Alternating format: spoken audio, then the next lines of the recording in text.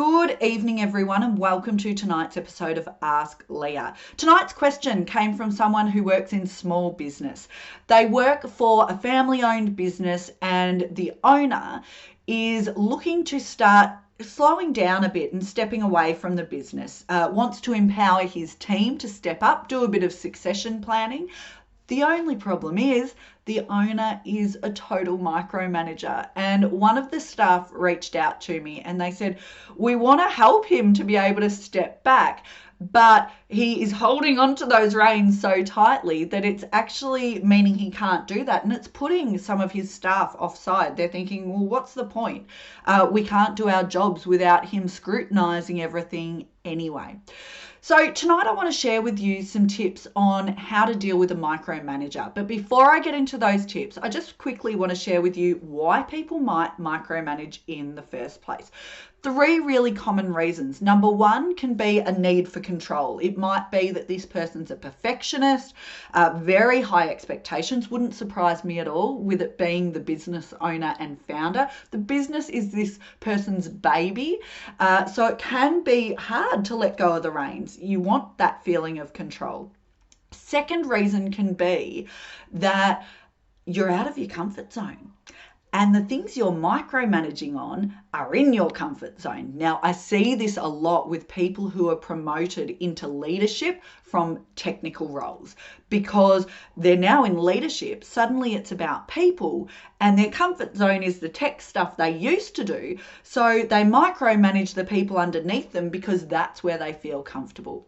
The third reason people tend to micromanage is a lack of trust.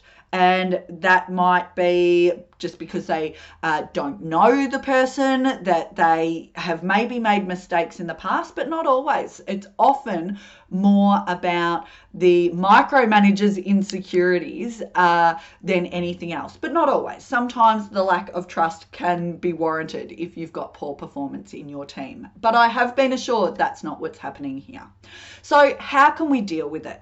There's lots of advice I could share here, but I've distilled it down into 3 key tips. Number 1, help them see the benefit of pulling back. Okay, you're saying this leader wants to pull back. They want more holidays. You've got to sell the why. What's in it for them if they do stop being as hands-on and involved? You know, what outcomes will they get? You know, what do they care about? Does it free up time? They get the holiday. It builds capacity.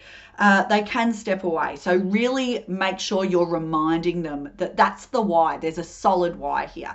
Number 2, ask questions at the start. So if a micromanager is giving you a task, you want to ask questions and get really clear expectations at the start. So what is most important about how I do this role?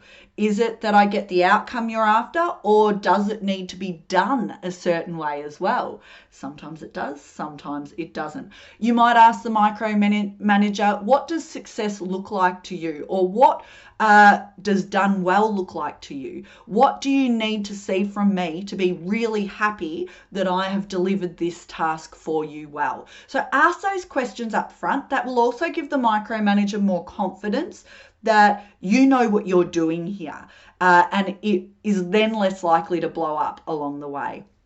Tip 3, deliver what you say. So much of it is about trust. So make sure that you do deliver well to give them the confidence that you know your stuff.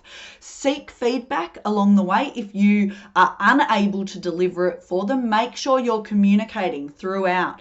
You know, some people say to me, oh, but they should just trust me. They shouldn't check in. But here's the thing, trust is often earned, particularly for a micromanager. So if you don't want them coming to you and looking over your shoulder, sometimes sharing some information more regularly than you otherwise would can be a really good thing. Again, it's all about showing them, hey, I've got this. It's that reassurance. So there's 3 tips. I hope they help. I hope this leader is able to find a way to start stepping away, and maybe with these strategies they can do that. If you have a communication or soft skills, self-management, leadership question you would like answered, please send it through and I will shoot a video answering it just like I have for this person tonight. Thank you everyone and have a great week. Cheers.